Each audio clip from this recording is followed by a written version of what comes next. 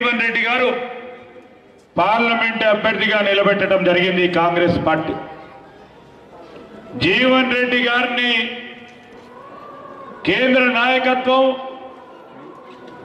వారొక రైతు నాయకుడిగా సామాన్య ప్రజానికానికి సేవా దృక్పథంతో నిరంతరం 24 గంటల్లో 18 గంటల నుంచి 20 గంటల వరకు నిరంతరం పేద ప్రజల గురించి అవసరం ఉన్న పనులు చేయాలని పేదల మదిలో ఉన్న వ్యక్తిని ఎంపిక చేసుకోవాలనే ఆలోచనతో మన అఖిల భారత కాంగ్రెస్ కమిటీ అధ్యక్షులు మల్లికార్జున్ ఖర్గే గారు, రాహుల్ గాంధీ గారు, సోనియా గాంధీ గారు ఆలోచన చేసి నిజామాబాద్ పార్లమెంట్ సభ్యుల్లో వీరుంటే ప్రాంత వాసులందరికీ న్యాయం జరుగుతుందని ఆలోచన చేసి కాంగ్రెస్ పార్టీ ఆలోచన చేసి తప్ప వారంతట వారు పోయి నాకు టికెట్ కావాలని కోరలే. కాంగ్రెస్ పార్టీ కోరింది వారిని. కాంగ్రెస్ పార్టీ ఆలోచన చేసి వారి నాయకత్వాన్ని ముందుకు వెళ్లే ప్రయత్నం చేసింది.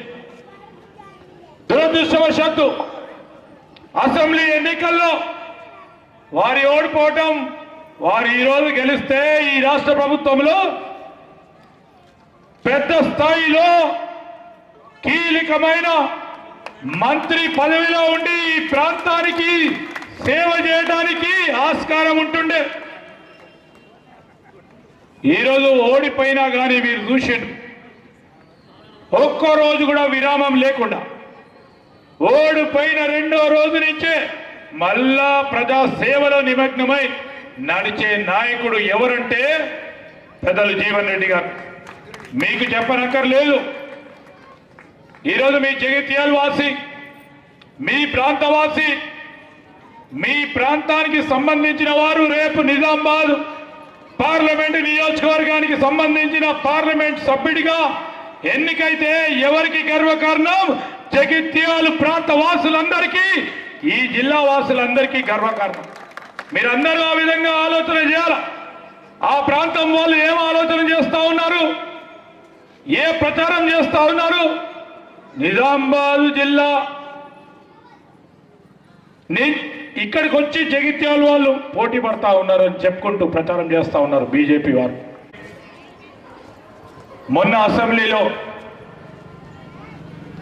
మనం వారిని ప్రతినిధిగా కోల్పోవటం జరిగింది. మీరు ఒక్కసారి ఆలోచన చేయండి. ఆనాడు మీరందరూ కూడా రాష్ట్రం ప్రజలు కోరినట్టు విధంగా కాంగ్రెస్ పార్టీ ప్రభుత్వం రావాలని, ఆ ప్రజలకు సంబంధించిన అంశం విషయంలో సేవ చేయాలని ఉన్న జీవన్ రెడ్డి గారిని ఎంపిక చేసుకుంటే మీ పరంగానే కాదు, రాష్ట్ర ప్రజానికానికి సంబంధించిన అనేక సమస్యల విషయంలో వారందరికీ కూడా ప్రతినిధిగా నిలబడే అవకాశం ఉండే. సరే, అది చేజారిపోయింది. ఇప్పుడు అవకాశం వచ్చింది. మీ జగిత్యాల వాసిగా మీలో ఉండే ఒక కాంక్ష, మన ప్రాంత వాసులను మన పార్లమెంట్ అభ్యర్థిగా గెలిపియాలనే ఒక ఆకాంక్షను నిలబెట్టే విధంగా మీరందరూ కూడా వారికి ఆశీర్వాదం ఇవ్వాలని కోరడానికి మేము కానీ కాంగ్రెస్ పార్టీ నాయకత్వం మీ ముందు నిలబడి అడుగుతా ఉంది. మా అక్కలారా, చెల్లెలారా, ఆలోచన చేయండి. రైతులకు సంబంధించి ఈ ప్రాంత రైతుల గురించి నిరంతరం పోరాటం చేస్తూ ఉంటాం. ఈ ప్రాంత మహిళా సోదరుల గురించి నిరంతరం పోరాటం చేస్తూనే ఉంటాం. ఈ ప్రాంత మైనారిటీల గురించి తను గొంతుకై నిలబడి ఎక్కడైనా మాట్లాడుతూ ఉంటారు. మీకు ఒక నాయకుడు, మేమందరం కూడా, మాకందరికి కూడా స్ఫూర్తిగా నిలబడే నాయకుడిగా మేము ఎప్పుడు చెప్తా ఉంటాం. నేనైతే మొన్న ఎన్నికలు ఓడిపోయిన తర్వాత వారు ఏం చేస్తున్నారు సార్ అని పొద్దున్నే ఫోన్ చేసిన. ఎవరో వచ్చిండ్రు, ఈ హాస్పిటల్కి పోవాలట అని పొద్దున 7:15 ఆయన హాస్పిటల్కి పోవాలి, వాళ్ళందరికీ మేలు జరగాలి, నీకెవరైనా తెలుసా కేర్ హాస్పిటల్లో అని నాకు చెప్తా ఉన్నాడు.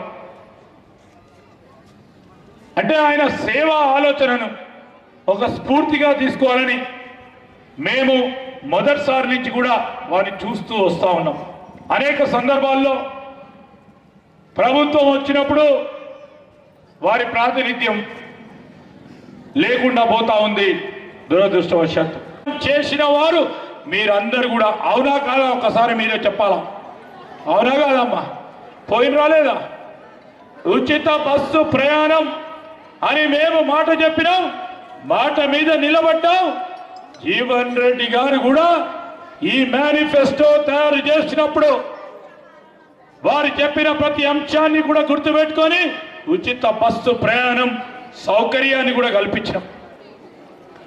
ఆ రోజు వారు చెప్పినారు ఉచిత బస్సు ప్రయాణానికి సంబంధించి మీరు ఏదైనా పుణ్యక్షేత్రం పోయినా, అవసరాన్ని బట్టి ఇతర ప్రాంతాలకు పోయినా, లేకుంటే హైదరాబాద్కు పోయినా,